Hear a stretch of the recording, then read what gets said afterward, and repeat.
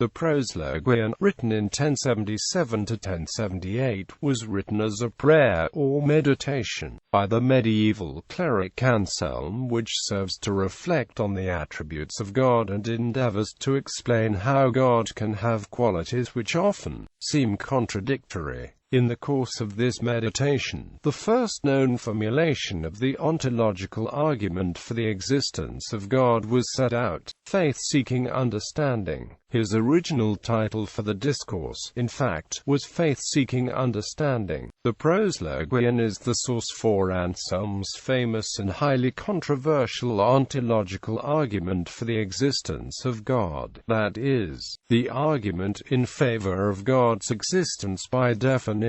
While opinions concerning the ontological argument differ widely, it is generally agreed that the argument is most convincing to Anselm's intended audience, that is, Christian believers seeking a rational basis for the belief in God. There are different reconstructions of the argument. For example, one can imagine a being than which none greater can be conceived.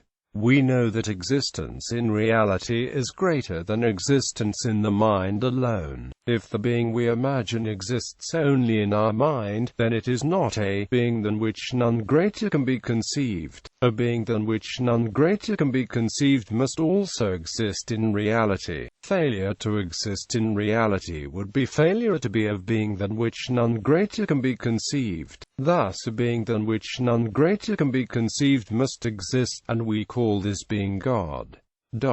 Excerpts. Chapter 1. Arousing of the mind to the contemplation of God. Come on now, little man, get away from your worldly occupations for a while, escape from your tumultuous thoughts, lay aside your burdensome cares and put off your laborious exertions.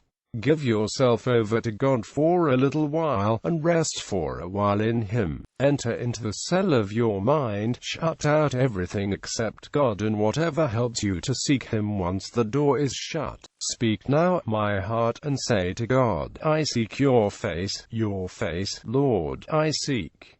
Source: Medieval Source Book. Chapter 2. That God truly exists. Chapter 3. That God cannot be thought not to exist. Chapter 4. How the fool managed to say in his heart that which cannot be thought. Chapter 5. That God is whatever it is better to be than not to be, and that existing through himself alone he makes all other beings from nothing. Chapter 6. How he is perceptive although he is not a body. Chapter 7. How he is omnipotent although he cannot do many things. Chapter 8. How he is both merciful and impassible. Chapter 9. How the all-just and supremely just one spares the wicked and justly has mercy on the wicked. Chapter 10. How he justly punishes and justly spares the wicked. Chapter 11. How all the ways of the Lord are mercy and truth, and yet how the Lord is just in all his ways. Chapter 12. That God is the very life by which he lives, and that he same holds for like attributes. Chapter 13. How he alone is limitless and eternal, although other spirits are also limitless and eternal. Chapter 14. How and why God is both seen and not seen by those seeking him. Chapter 15. How he is greater than can be thought. Chapter 16. That this is the inaccessible light in which he dwells. Chapter 17. That harmony, fragrance, sweetness,